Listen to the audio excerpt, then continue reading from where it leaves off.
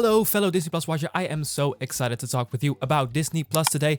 Assembled the making of Eternals. I am normally not the one to recap or review these documentaries, but I thought it would be fun with this one because Eternals is, I think, my favorite Marvel movie, maybe next to Infinity War, but right now I would say the best MCU movie, I should say, that I know. And I thought it would be fun to just sit back and talk about it a little bit. I'm not gonna, edit this video like crazy. I'm not gonna do that. I just saw it and I took some notes and I wanted to talk with you about this documentary special because I think Eternals is so special and I think this deserves it. So if you haven't watched Eternals, big spoilers, right?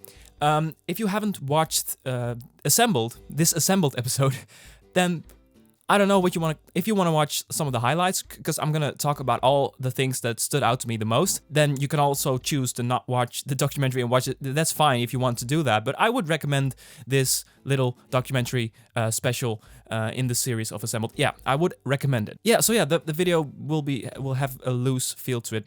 I'm just gonna ramble about what I thought was important about Eternals. Yes, my opinion about the movie is evident throughout this video. That's true. So it's kind of a review of Eternals hidden under talking about the little specific details and the fun little details that were in this Assembled special. Hey, if you want to watch more in-depth, more specific thoughts about the themes and about the movie Eternals, link in the top right or down in the description. You can watch that if you like. You can watch that next, or you watch it before, so you kind of know what themes, what ideas from Eternals touched me so much that it made me such a fan, you know?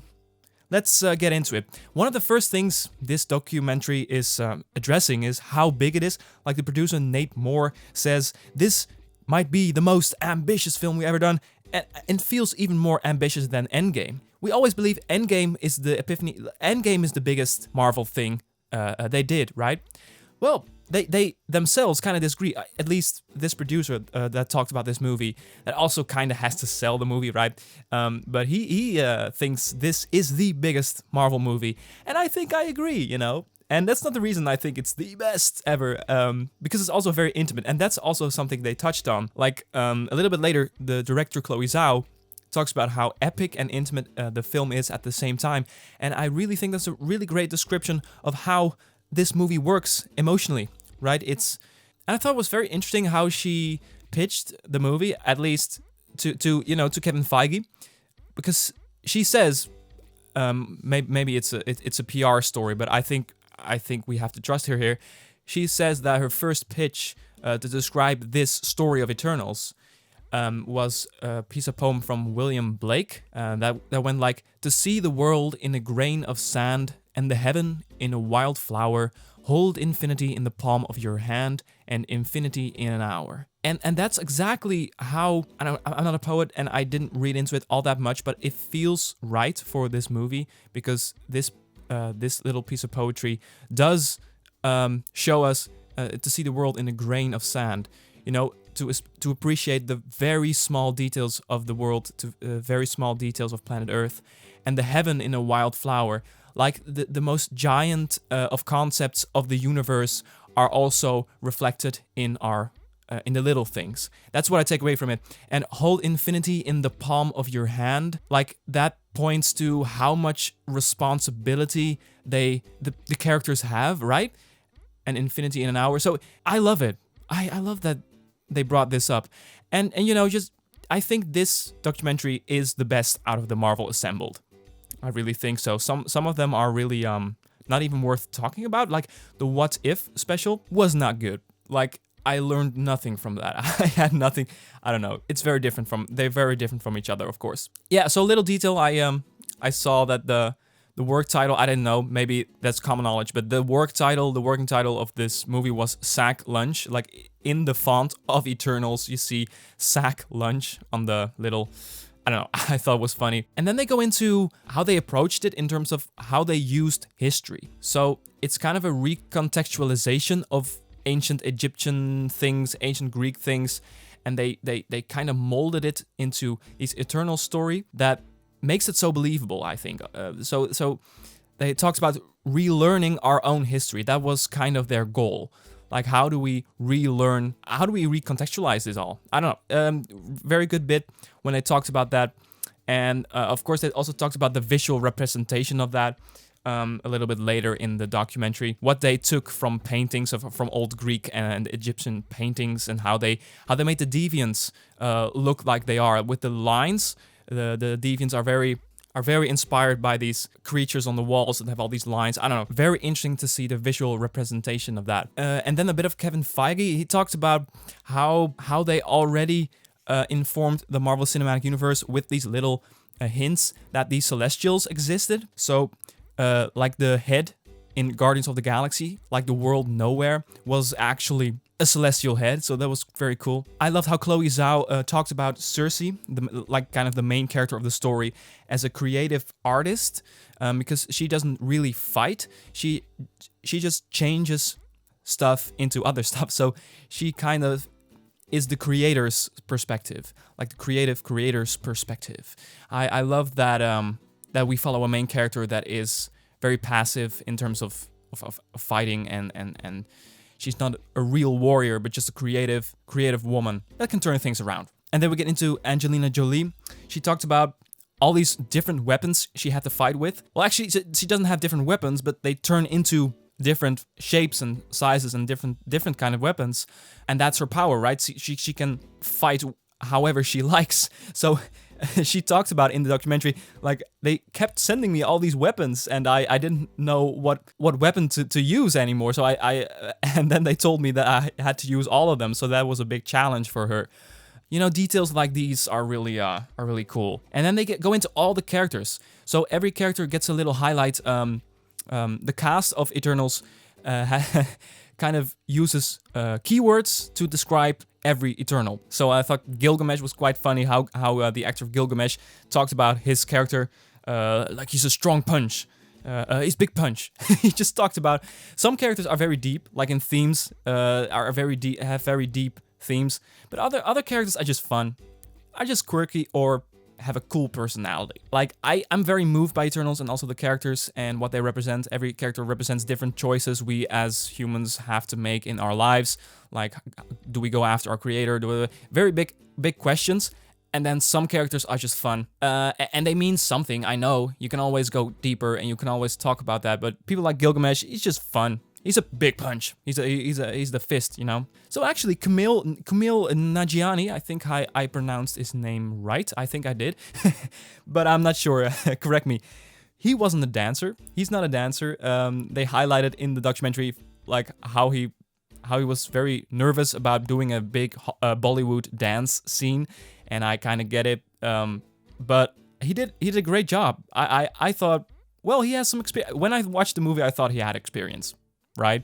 I thought he did, but he didn't. Another highlight was, or no, not a highlight, but something that stood out to me was the keywords the cast of Eternals grabs. With Makari, they all said fast, and there's nothing really to Makari, and that shined through in the documentary. There's nothing really to her. That's also something I talked about in my review. She wasn't really interesting. She was just a muscle. A fast muscle. She was the Flash. She was Quicksilver, right? She wasn't that interesting. The cast kind of didn't have anything to say about that, so that was a bit of a shame. Oh, and then they got into Comic-Con, like the Comic-Con announcement. They used that in this documentary, and I think it was Angelina Jolie that talked about. Wait, no, it was Salma Hayek. She talked about we didn't meet before we came on stage. Like Kevin Feige called us in. Like, meet the Eternals, and they were like lined up there for the very first time, and that must have been crazy, right? To get all these fans cheering for this group of people that just never met, or maybe some of them did, but the ensemble was the first time the ensemble was together. I liked that detail of it.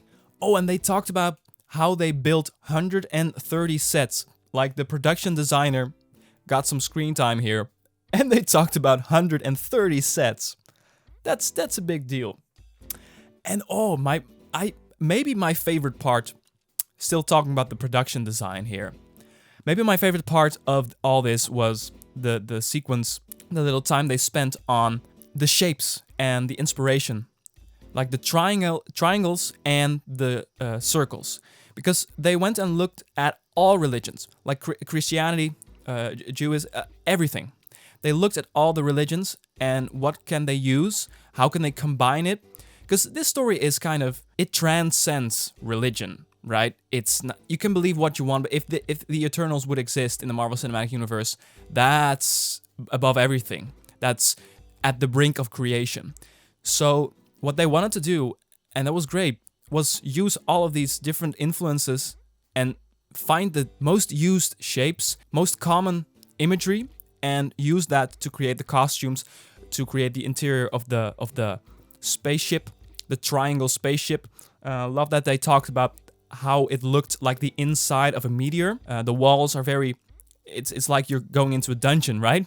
It's very old, but then there's all these technology going on. So it's very, I think they really did strike a real balance between the visuals of the new and the old, the ancient, the sci-fi. And they looked at religion, they looked at history, looked at Greek history, looked at Egyptian history, imagery, love all that. And then they go into the costumes. A great sequence where the actor Fastos, Brian Tyree Henry is his name, he talked about how he was really nervous about his costume. It's not really clear why, but they go into how he doesn't really see himself as a superhero, and that he wondered, why am I in a superhero role? And that the director said to him, like, that's exactly what we want. We want an ensemble that is from all different kinds of, young, old, doesn't matter, normal people, everyday people in the bodies of eternal beings. Like that's what they wanted. But his ego wasn't there yet, because he with the costume he was so nervous, and he got all these parts, all these different parts that took forever to make. They also go into how every piece is created separately, and it's not just a suit. It's way more, all these different pieces, and takes a lot of time, I think, to get these costumes on. But he didn't dare to look in the mirror at first, and then he screamed that when he turned around, he screamed oh my god, I can't believe this is happening, something like that. So they really got into that moment, and how the costume designer also said this was one of the best moments on set that I can think of. So that made him really happy. And the costumes with the imagery were amazing. The costumes were a crazy endeavor on their own. And also a little detail they talked about, Kumail Nanjiani saying purple was my favorite color, and they gave me purple. I'm so happy, Kind of reminded me of Mace Windu, Samuel L. Jackson requesting a purple lightsaber for Mace Windu. I don't know if Kumail requested purple. Maybe there's something there. Oh, and then they go into the filming aspect of it on location. They filmed a lot of location work. Specifically, they zoomed in on the scene, the finale at the beach. And there's still a lot of visual effects shots. They couldn't get around that. But they talked about how the change of light informed the VFX shots.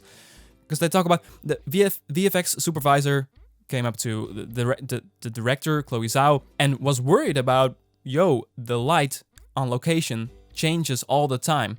We need a lot of preparation for our shots. So is this gonna work? The light constantly changes. And she said embrace that, work with it. But they actually used the change of light to inform how they staged the visual effects shots. So they actually changed the light within the visual effects. That was crazy. They changed the light in accordance to how the light changes on location, while still keeping in mind that when they would have filmed these visual effects shots in real time, that the light would have changed because they were later on this shot than they were on the previous one. Right? Do you know what I mean? That's how they thought about these intercut visual effects shots, and I'm amazed. That's great. Oh, and I love that they talked a little bit about the music, only for a few minutes, only for 2 minutes maybe. That's the thing I miss when I watch these assembled making ofs, that I think, well, you talk a lot about how great it was to work with these actors, how great it was to, I feel such gratitude to work here. But to zoom into the soundtrack and the themes of the music informs the story so much. Personally, if I watch a movie or show, a lot of times I realize stuff about the story, about the themes, because of the music, directly. Like I hear a cue and I think, oh wait, that was that character, but now that cue is in minor or something like that, you know? So music is that's what I'm trying to say. Music is so important in a movie, especially in big Marvel movies and big scale movies, because you want the emotion to carry on in the music. So I love that I got a little bit of music commentary, and that mostly they don't do that with the making ofs at Marvel, but they did it. And they talked about, and that was interesting, and I suspected this.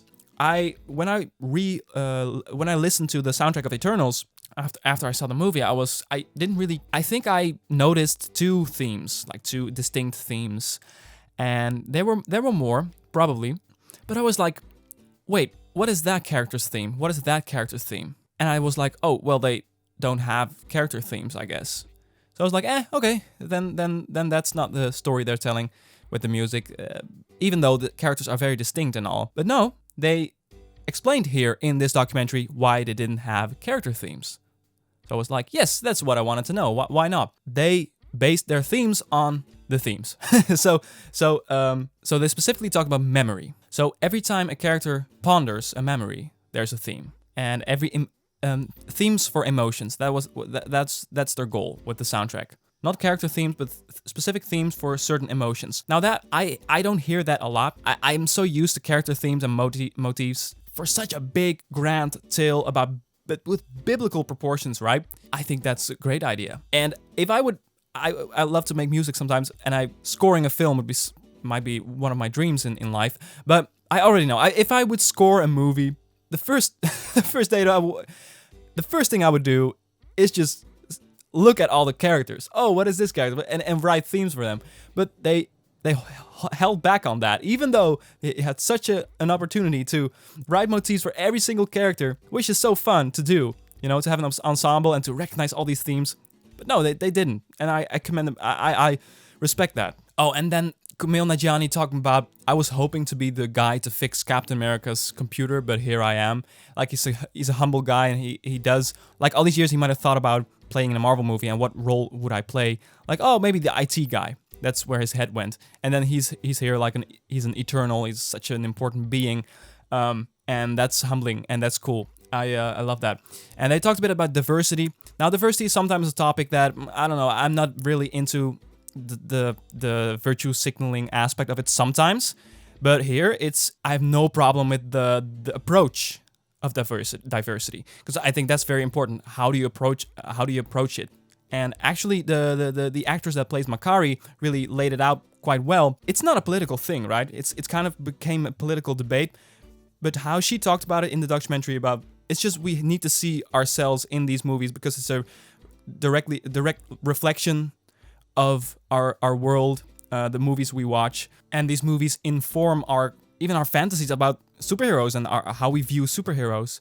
So that's why it's important. We have to spark that. Everyone has to have the opportunity to have that spark and that idea and that imagination of, oh, that could be me.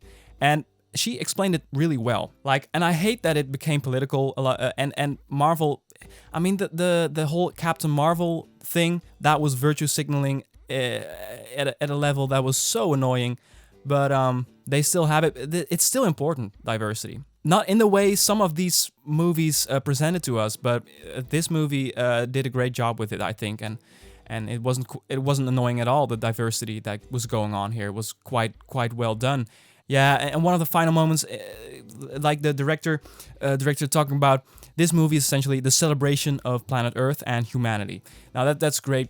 Great summary. I have nothing to add to that. I love the themes in this movie. Like, do you go against your creator if you think that's right, or do you follow your given purpose? That's a big thing in this movie, and they weren't all in on that in this documentary. It wasn't like those themes that really spoke to me weren't really discussed. But I guess that's something that viewers should think about for themselves. And this documentary was more about the inspiration here and the actors and the dynamics, and it was still quite good. And even that was a great detail that you might miss, like some of you might miss. There was a hidden camera, and after they did the family shot, and I think it was in Babylon, they had a shot there, and you see Salma Hayek just starting to cry. Maybe it was one of their last filming days. I don't know. That was really sweet and really blink and you'll miss it moment. But she started to cry. It's right here. So I like this documentary and I like Marvel's Assembled, but I don't always feel like talking about it because they're not always that interesting. But this one was quite interesting, also because I love the movie so much. Have you seen it? Do you want more of these videos? Right? All of these Marvel projects from this year are gonna get documentary outings. So I would love to hear your feedback down below. If you want more of these loose discussion videos, be sure to check out my review of Eternals.